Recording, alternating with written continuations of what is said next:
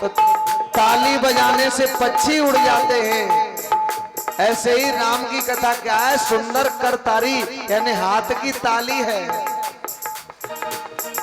राम कथा सुंदर करतारी, संशय विहग उड़ावन हारी। हो राम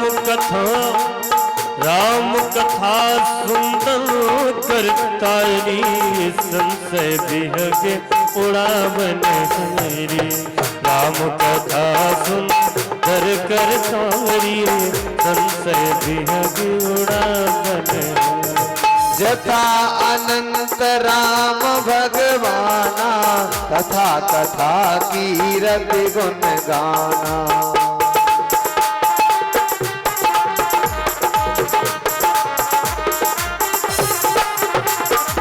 हरे राम राम राम हरे हरे, हरे राम राम राम हरे हरे।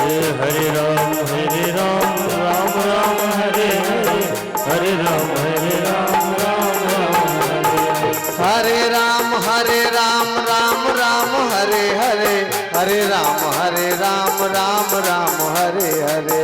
हरे राम राम राम हरे हरे, हरे राम राम राम हरे हरे। राम कथा सुंदर करतारी, संशय विहग उड़ावन हारी। राम कथा सुंदर करतारी, संशय विहग उड़ावन हारी। राम कथा सुंदर करतारी, संशय विहग उड़ावन हारी। ये भगवान की कथा ऐसी कथा है, सुंदर हाथ की ताली है। जैसे ताली बजाने से वृक्ष के ऊपर बैठे पक्षी उड़ जाते हैं, वैसे ही जो मन में संशय होता है ना, भगवान की कथा सुनकर के संशय दूर हो जाता है, संशय मिट जाता है। जथा अनंत राम भगवाना, तथा कथा कीरत गुण गाना। जैसे भगवान अनंत हैं, वैसे ही उसी तरह उनकी जो कथा है, उनकी जो कीर्ति है, उनके गुण हैं, वो अनंत हैं, अनंत हैं। और हे पार्वती, जो तुमने पूछा था कि सगुण और निर्गुण क्या है, वो ही ब्रह्म है क्या दूसरा, तो वो भी सुनो। सगुण अगुण नए कछु भेदा, गावे मुनि पुराण बुध वेदा। सगुण में और निर्गुण में कोई भेद नहीं है, ऐसा वेद पुराण गाते हैं। सगुण में निर्गुण में कोई भेद नहीं है, वेद पुराण गाते हैं। जैसे बर्फ देखिए ना, बर्फ क्या होता है, ये वैसे पानी होता है। बर्फ को फ्रिज में रख देते हैं तो जम जाती है, और फ्रिज से बाहर निकालने के बाद वो जो बर्फ है, गर्मी लगी इसमें तो ये पिघल जाती है और दोबारा से पानी बन जाता है। ऐसे ही सगुनय अगुनय नए कछु भेदा, जैसे बर्फ और पानी में इतना अंतर है कि वो जमा हुआ है, वो पिघला हुआ है, बस। ऐसे ही साकार में और निराकार में कोई भेद नहीं है। वो प्रकट हुआ है और वो अप्रत्यक्ष है, दिखाई नहीं दे रहा है।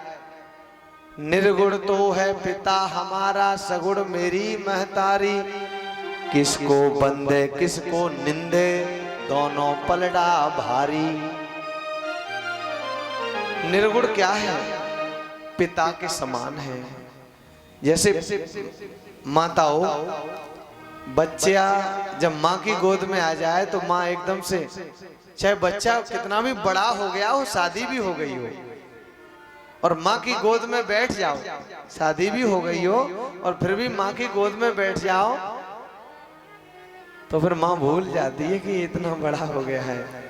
माँ एकदम सब बुला जाती है, उसे इतना आनंद आता है कि ऐसा लगता है कि वास्तव में ये तो वही मेरा छोटा बेटा है जो बचपन में था।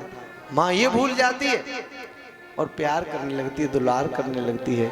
तो माँ का जो प्रेम है वो प्रत्यक्ष है, प्रकट है, तुरंत कह देती है मेरा बेटा है, मेरा कन्हैया है। लेकिन पिता ऐसे नहीं कहता। पिता क्या कहता है, आंख दिखा के रखता है, डांट लगा के रखता है। क्यों? कि पिता का प्रेम तो छुपा हुआ होता है। कहते हैं ना लोग, माँ का दर्जा सबसे बड़ा है, बढ़िया बात है, अच्छी बात है, लेकिन माँ से पिता का प्रेम भी कम नहीं होता है। पुत्र पिता की आत्मा होता है, आत्मा। माँ इतना है कि माँ पुत्र के वियोग में रो लेती है, रो के आंसू बहा लेती है तो गम कुछ हल्का हो जाता है।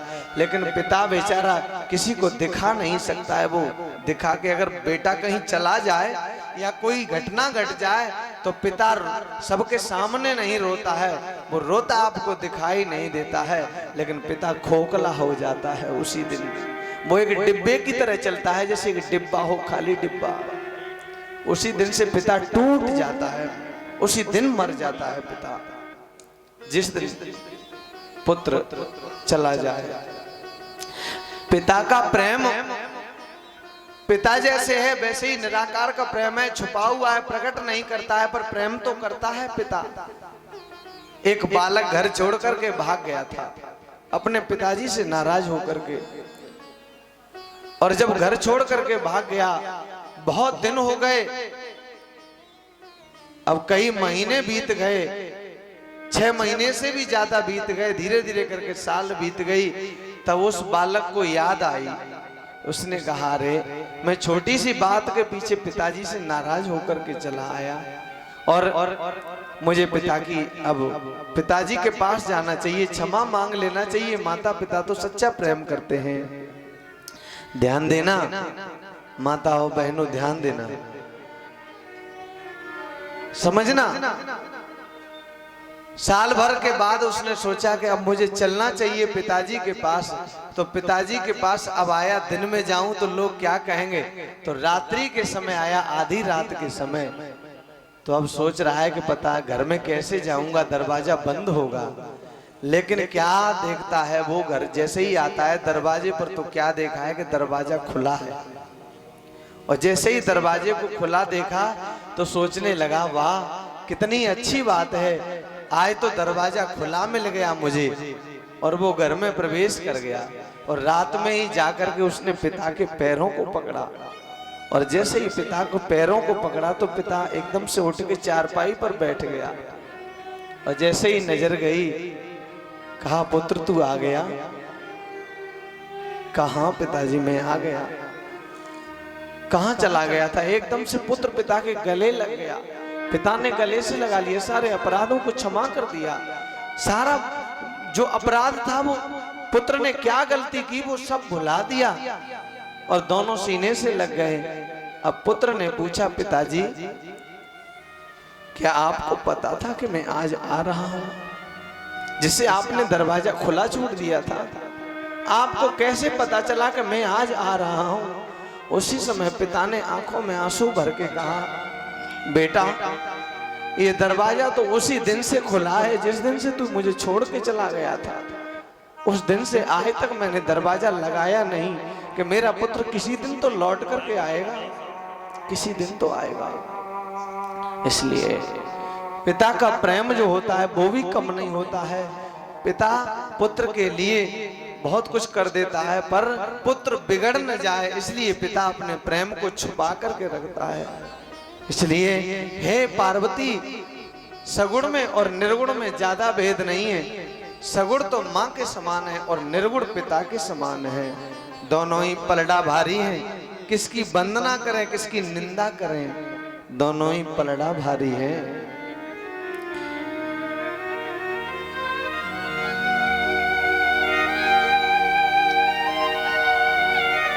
बिनु पद चलाए सुनाए बिनु काना, बिनु पद चलाए सुनो काना, बिनु पद चलाए सुनाए बिनु काना, बिनु पग चले सुने बिन काना, बिनु पग चले बिनु पग चले सुने बिन काना, कर बिन करामो कर बिदनाना, कर बिन करामो कर बिदनाना।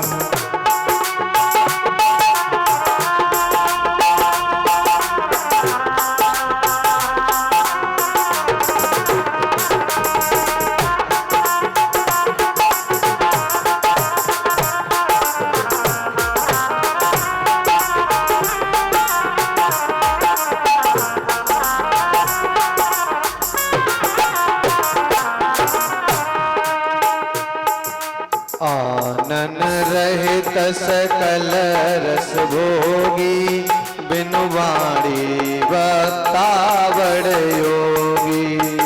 आनन रहित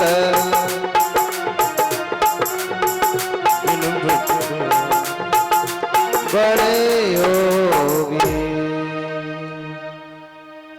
वो बिना पैरों के चलता है, बिना कानों के सुन लेता है, बिना आंख के देख लेता है और बिन हाथ के करोड़ों काम कर सकता है। वो आनन रहित सकल रस भोगी, वो बिना मुख के और बिना इंद्रियों के छह रसों का पान करता है। वो सारे रस ग्रहण करता है बिना इंद्रियों के और बिना मुख के। बिन वाणी वक्ता बड़े योगी, वो बिना वाणी के बहुत बड़ा वक्ता है। कौन? वो निराकार ब्रह्म, उसमें और सगुण में कोई भेद नहीं है। हे पार्वती, जिसका वेद और पंडित इस प्रकार वर्णन करते हैं और मुनि जिसका ध्यान करते हैं, वही दशरथ नंदन भक्तों के हितकारी अयोध्या के स्वामी भगवान श्री रामचंद्र जी हैं।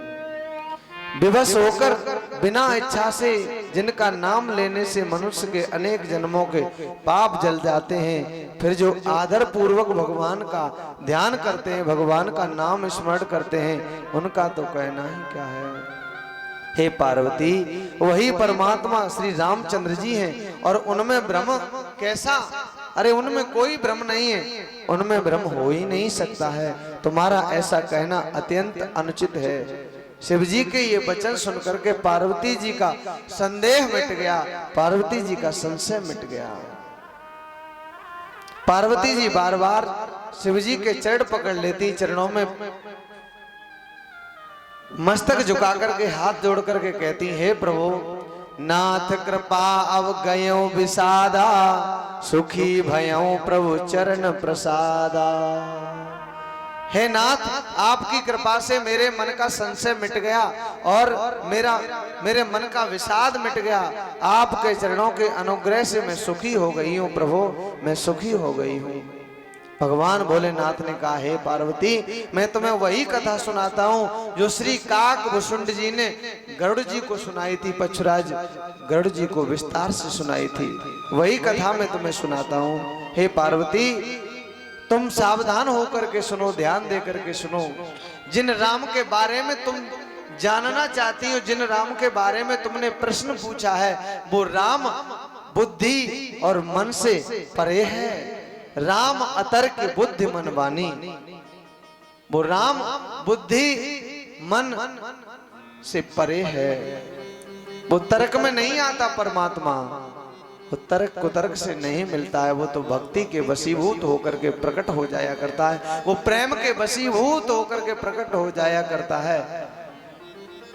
आज माताओं, बहनों, बुजुर्गों, हम क्या करते हैं पता है? भगवान को हम बुद्धि के द्वारा समझना चाहते हैं और ये बुद्धि से समझा जाने वाला विषय है ही नहीं, ये तो आत्मा से समझा जाने वाला विषय है। इसलिए आपने देखा होगा बहुत से लोग हैं जो बड़े बड़े ज्ञानी हैं, विद्वान हैं, लेकिन भगवान की भक्ति से दूर हैं। भगवान की भक्ति से दूर क्यों हैं? बहुत से ज्ञान है जिन्हें बड़े ज्ञान है, बहुत बड़ी चर्चाएं सुनाते हैं, लेकिन अगर आप थोड़ी मीठी बाणी भी बोलो तो कड़वी बोलते हैं, एकदम अकड़ के गिरते हैं। क्यों अकड़ के गिरते हैं? क्योंकि भक्ति के बिना ज्ञान अपंग है, लूला है, लंगड़ा है। और ज्ञान तो है लेकिन भक्ति नहीं, इसलिए अकड़ है उनके अंदर। नहीं, ऐसा नहीं होगा। लेकिन जिसके अंदर भक्ति होती है वो सरलता आ जाती है, वो झुकाव आ जाता है। ऐसे ही राम बुद्धि मन से वाणी से परे है। ये तदपि संत मुनि वेद पुराना, जस कछु कहे स्वमति अनुमाना। फिर भी संत महात्मा जो हैं, वेद पुराण हैं, वो अपने अपने अनुसार कहते हैं। जिसकी जितनी सामर्थ्य होती है वो उतनी सामर्थ्य के अनुसार वर्णन करता है या लिखता है।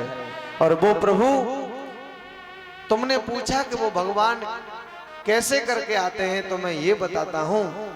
हे पार्वती, जब पृथ्वी पर अत्याचार बढ़ता है, जब असुर लुटेरे डाकू बढ़ जाते हैं, तब भगवान अवतार लेकर के आते हैं। जब जब होए धर्म के हानि, बाढ़े असुर अधम अभिमानी। जब जब धर्म की हानि होती है, असुर बढ़ जाते हैं, राक्षस लोग लुटेरे बढ़ जाते हैं, तब क्या करते हैं भगवान? तब नाना प्रकार के शरीर धारण करके आते हैं और दुष्टों का वध करके सज्जनों को सुखी करते हैं प्रभु। तब तब धरे प्रभु विविध शरीरा, हरे कृपा निधि सज्जन पीरा। और दुष्ट जब बढ़ जाते हैं, अनीत करते हैं, अनाचार फैलाते हैं, भ्रष्टाचार करते हैं, तब भगवान आते हैं। करे अनीति जाय नहीं बरनी, सीधे विप्रधेनु सुर धरनी। जब दुष्ट अत्याचार करते हैं, पाप जब बढ़ने लगता है, तो भगवान क्या करते हैं कि दुष्टों को मारते हैं और ब्राह्मणों को, वेदों को, गाय को और धरती मैया को सुखी करने के लिए अवतार लेकर के आते हैं। असुर मार था पै सुरनि, राखे निज श्रुति से तो, जग विस्तारे विशद जस राम जन्म करे तो।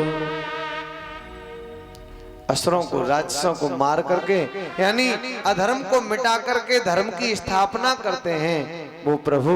और वेदों का वेदों की जो मर्यादा है, उस मर्यादा को रखते हैं बरकरार। इसलिए भगवान अवतार लेकर के आते हैं। और जो तुम कह रही हो कि राम क्यों आए धरती पर, तो राम के धरती पर आने के अनेकों कारण हैं। राम जन्म के हेतु अनेका, राम जन्म के हेतु अनेका, राम जन्म के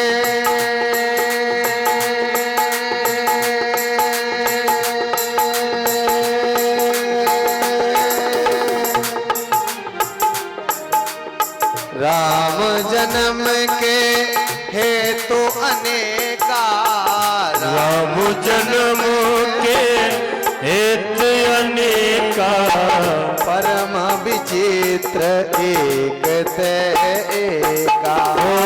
परम विचित्र एक एका, परम विचित्र एक एका।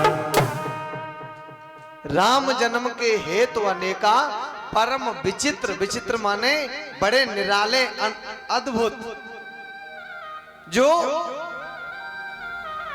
बड़े तरीके के हैं, जो जिस तरह मन देखे उसी तरह रम जाए, ऐसे विचित्र भगवान के अनेकों अवतार हुए हैं। राम जन्म के हेतु अनेका, और राम के जन्म लेने के अनेकों कारण हैं, अनेकों कारण, जिनमें से हे भवानी, हे पार्वती, मैं एक कारण पहले बताता हूं, वो सुनो। वो क्या कारण है, तुम सावधान होकर के सुनना। द्वारपाल हर के प्रिय दो, जय और विजय जान सबको। जय और विजय, ये भगवान श्री हरि के दोनों द्वारपाल थे, द्वारपाल।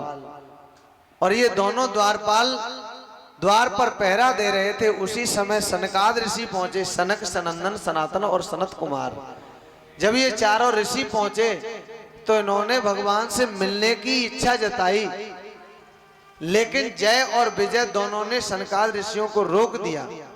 का पहले भगवान को पूछ करके आते हैं, तब हम आपको अंदर ले जाएंगे। सनकादिक ऋषियों ने कहा कि ऐसा कब से होने लगा है? भगवान के दरबार में, अरे संतों महात्माओं के लिए तो कोई रोक टोक ही नहीं है, और फिर आप लोग कह रहे हो कि प्रभु को पूछ करके आते हैं। तो ये बात समझ में नहीं आती है, ऐसा नहीं होना चाहिए। हमें मत रोको, हमें जाने दो। कहा नहीं नहीं, ऐसे नहीं जाने देंगे, हम पूछ के आते हैं। तो उसी समय उन ऋषियों ने जय और विजय को श्राप दे दिया। श्राप, जाओ तुम निशाचर हो जाओगे, तुम निशाचर हो जाओगे, तुम राक्षस हो जाओगे। तो ये उसी श्राप के कारण, और कश्यप ऋषि की पत्नी दिति के द्वारा हिरण्याक्ष और हिरण्यकशिपु बन करके आए, हिरण्यकशिपु और हिरण्याक्ष बन करके आए। ये 100 वर्ष तक अपनी मां के गर्भ में रहे, 100 वर्ष तक। ऐसे बड़े योद्धा थे, इनका तेज इतना विलक्षण था कि जहां कहीं जाते डंका बजाते उधर ही एकदम रास्ता खाली हो जाता था। इतने बड़े विजयी समर वीर विख्याता, धरि बराह बपु एक निपाता। और जो हिरण्याक्ष था, जो हिरण्याक्ष जो था, उसको भगवान ने सूकर अवतार लेकर के, बराह अवतार लेकर के इसका वध किया। और जो दूसरा था हिरण्यकशिपु, तो हिरण्यकशिपु को भगवान ने कैसे करके मारा? होय नरहरे दूसर पुण्य मारा। यानी नरहर माने आधे नर आधे शेर बन करके भगवान ने दूसरे यानी उस हिरण्यकशिपु का वध किया और प्रहलाद को बचाया, प्रहलाद की रक्षा की, अपने भक्त की रक्षा की। और वही दोनों आगे चल करके रावण और कुंभकर्ण हुए। वही एक जन्म में तो हिरण्याक्ष और हिरण्यकशिपु हुए और दूसरे जन्म में रावण और कुंभकर्ण हुए। वही जाकर के रावण कुंभकर्ण तो ये थे। और सुनो, एक जन्म का तो कारण ये था, और दूसरा और मैं एक बारे में बताता हूं, वो सुनो। दूसरा कारण सुनो। एक कल्प में जलंधर जो था, जलंधर वो रावण बना, जलंधर। तो उस जलंधर को मारने के लिए भगवान आए। तभी तो देखो मेरे बुजुर्गों, मेरे भाइयों, ये जो कथा जो है ना, तभी तो बड़ा समझ में कभी कभी पड़ती नहीं है कि चक्कर क्या है। कभी घूम करके आ जाती है, कभी बेटा बाप लगने लगता है, कभी बाप बेटा लगने लगता है। ऐसा क्यों लगता है कि ये कल्प कल्प की बात है। कौन से कल्प में क्या हुआ है? एक कल्प में तो वो जय और विजय जो थे वो रावण कुंभकर्ण बने,